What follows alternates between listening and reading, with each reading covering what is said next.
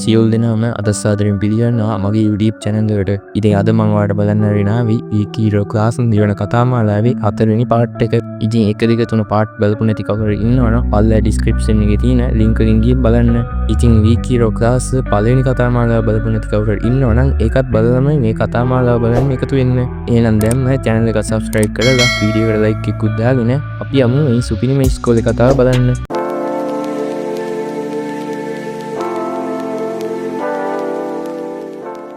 මැරයන්ගෙන් බේරෙන්න ජුන්ටේ හැංගිලා ඉද්දී එකපාරටම සුන්ජේ මෙතනට ඇවිල්ලා ජුන්ටේට පහර දෙන්න පටන් ගන්නවා. ඊයන්ටෙකුත් එළියට ගිහින් සුන්ජේට පහර දෙනවා. ඒත් සුන්ජේ කියලා කියන්නේ ලේසියෙන් පරාද කරන්න බැරි භයානක කොල්ලෙක්. හැබැයි හූමන් මේ වෙලාවේදී මෙතනට එනවා. හූමන් ඇවිල්ලා සුන්ජේව අල්ලගෙන සුන්ජේව මරන්න වගේ බෙල්ල මිරිකන්න පටන් ගන්නවා. සුන්ජේ මැරෙන්න ඔන්න මෙන්න තියෙද්දී අපේ ජුන්ටේට කෝල් එකක් එනවා. සියෝන් භයානක රියාන තුරුකට ලක් වුණා කියලා. ඉතින් මෙයාලා ඉක්මනින්ම සුන්ජේවත් අතර දාලා හොස්පිටල් එකට යනවා. හොස්පිටල් එකට යද්දී සියුන්ගේ තත්ත්වය ගොඩක් භයානකයි. මෙයා දැන් මෙයාගේ යාළුවා වගේම කෝමා තත්ත්වයේ තමයි ඉන්නේ. මෙයාගේ අම්මත් මෙතෙන්ට වෙලා අඬ ඉන්නවා. ඊග වෙලාවකින් අම්මා ගාවට යන යාළුවෝ තුන්දෙනා සියුන්ගේ අම්මත් එක්කලා කතා කරනවා. තම්මා නම් කියන්නේ එයා මේ දේවල් වලින් ඈත් වෙලා හිටියා. ඒත් ඔයාලා ඇවිල්ලා මෙයාව ආපහු ඒ දේවල් වලට ඇදලා ගත්තත් දැන්වත් එයාගෙන් අයින් වෙලා ඉන්නේ කියලා තමයි සියුන්ගේ අම්මා කියන්නේ. අනිත් පැත්තෙන් බ්ලැක් ජීට හොඳටම මල පැනලා තියෙන විදිය අපිට බලා ගන්න පුළුවන් වෙනවා.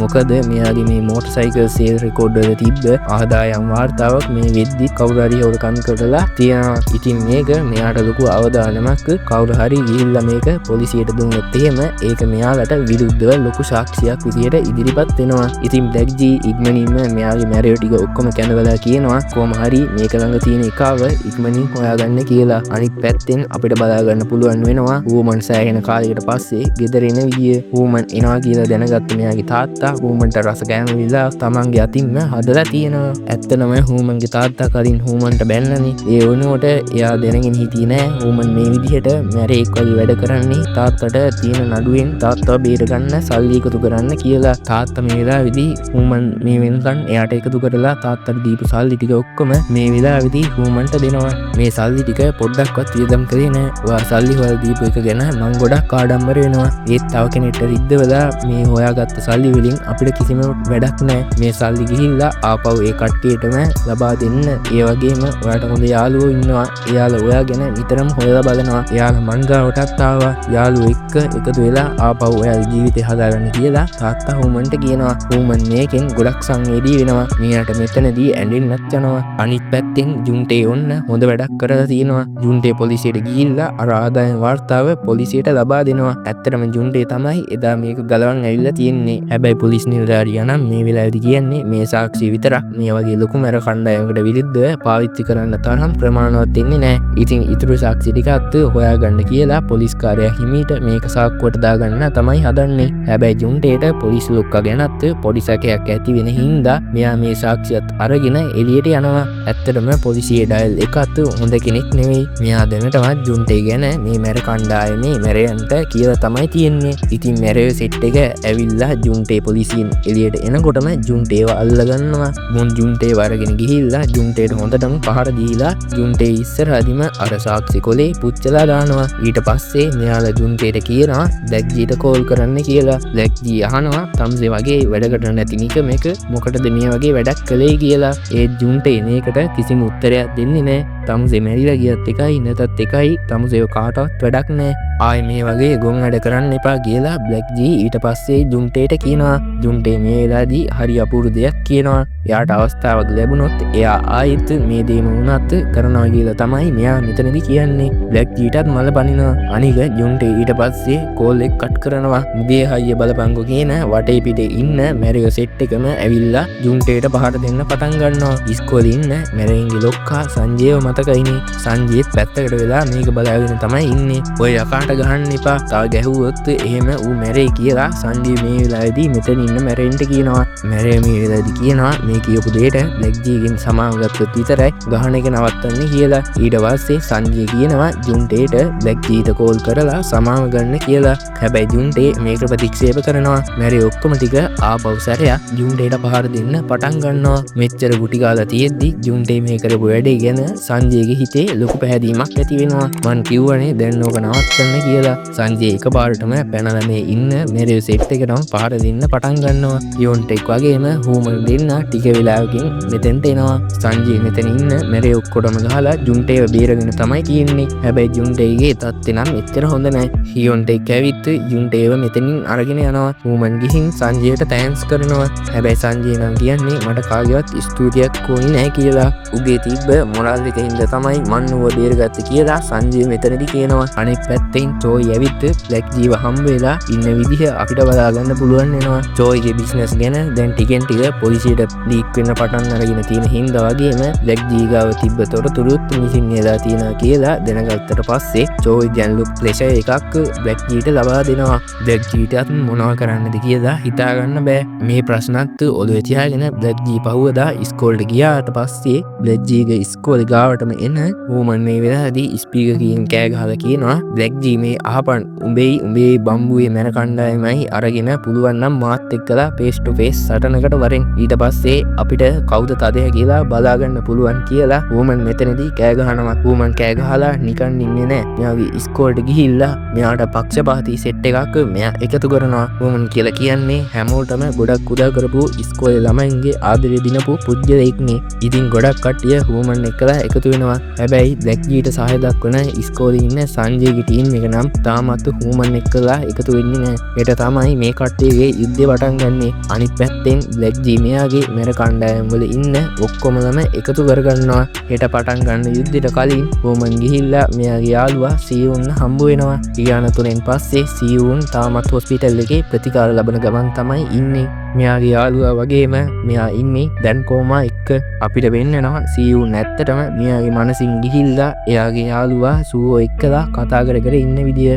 මෙයාලා බොක්සින් වලල්ලක් ඇතුලේ හිර වෙලා වගේ තමයි පේන්නේ. සූවෝ මෙතනදී කියනවා අපි ගොඩක් දේවල් කරා. ඒත් මට හිතෙන්නේ අපි මේ දේවල් ඇතහැරලා විවේක ගන්න ඕනි කාලේ හරි කියලා. හැබැයි සියුන් කියනවා ඒත් මන් එනකම් එළිය මගේ යාළුවෝ සෙට් එකක් බලාගෙන ඉන්නවා. මන් එයාලට උදව් කරන්න ඕනි කියලා. සූහෝ කියනවා නවතින්න කියලා. හැබැයි සියුන්ට ඕන් කරලා තියෙන්නේ දැන් එයාගේ යාළුවන්ට ඇත්තටම උදව් අවශ්‍ය කරන වෙලාවේ උදව් කරන්න.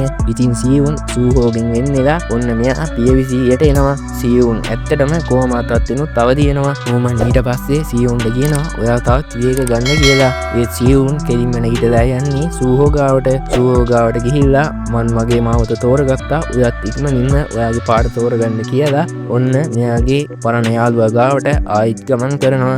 ජුන්ටේ වගේම හියොන්ටෙක් සියුන්ව දැකලා ගොඩක් සතුටු වෙනවා. ඔන්න හෙට තියෙන වලියට තවත් කෙනෙක් මෙයාලට එකතු වෙනවා. වලිය පටන් ගන්න කලින් වලිය දාගත්ත ස්ථානට ගිහිල්ලා මේ කොල්ලෝ 4 දෙනා වටපිට නිරීක්ෂණය කරනවා. බ්ලැක් ජීට හිතා ගන්නවත් බැරි තරම් සෙට් එකක් ඉන්නවා. මෙයාලට කොහෙත්ම ඉස්කෝලේ ඉන්න ළමයි ටිකව එකතු කරගෙන බ්ලැක් ජීගේ සෙට් එකත් එක්ක හැප්පෙන්න පුළුවන් කමක් නැහැ. හැබැයි වටපිටාවේ පරිසරයේ තියෙන වාසිය වගේම බ්ලැක් ජීගේ සෙට් එක කොහොම හරි කඩන්න පුළුවන් වුණොත් එහෙම මෙයාලට දිනන්න පුළුවන් පොඩි chance එකක් ඉතුරු වෙනවා.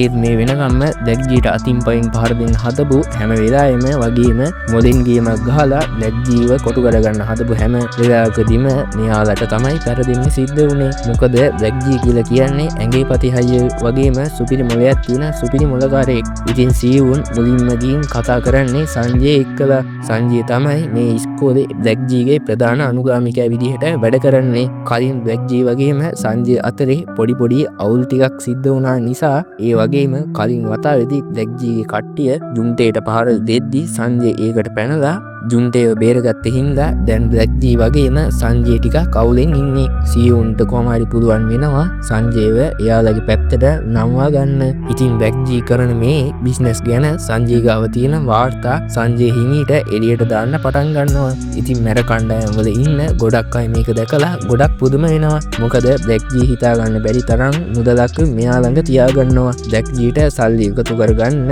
එයාලගේ ජීවිතත් අනතුරේ දාගෙන මේ විදිහේ බිස්නස් කරනවා. හැබැයි මෙයාලා යතට හම්බ වෙන්නේ පොඩි මුදලක් විතරයි. ඉතින් මේක ගැන කතා වෙන මැර කණ්ඩායම් වල ඉන්න හැමෝගෙම පොඩි කසුකුසුවක් යන්න පටන් ගන්නවා.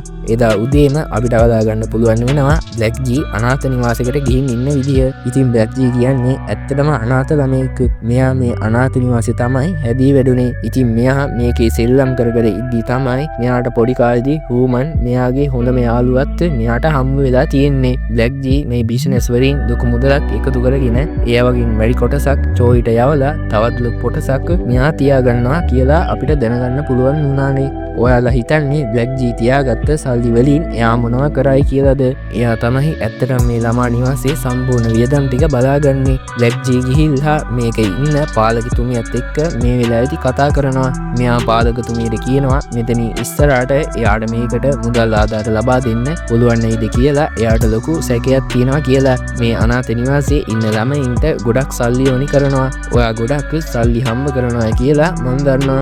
ඔයා වගේම අනාථ වෙච්ච මේ ළමයින්ගේ අධ්‍යාපනය ඒ ළමයින්ගේ අනාගතය වෙනුවෙන් ඒ හැම සතයක්ම වියදම් කරා. අපිට ආධාර ලබා ගන්න කෙනෙක් හොයාගන්න අපිට අමාරුවක් වෙන එකක් නෑ. ඔයා දීපු සල්ලි වලින් හොඳට ඉගෙන ගත්තු ළමයි ගොඩක් මේ වෙද්දිත් මේකෙන් බිහිලා ඉන්නවා. ඒ හින්දා අපිට හොඳ පිළිගැනීමක් තියෙනවා. මම නම් කියන්නේ අනිත් අය ගැන වගේම ඔයා ගැනත් හිතන්න. ඔයාගේ ජීවිතේ හදාගන්න.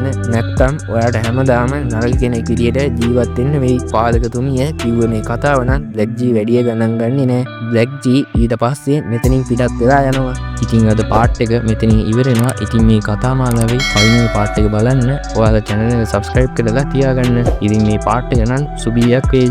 එහෙනම් හැමෝටම සුබ දවසක්.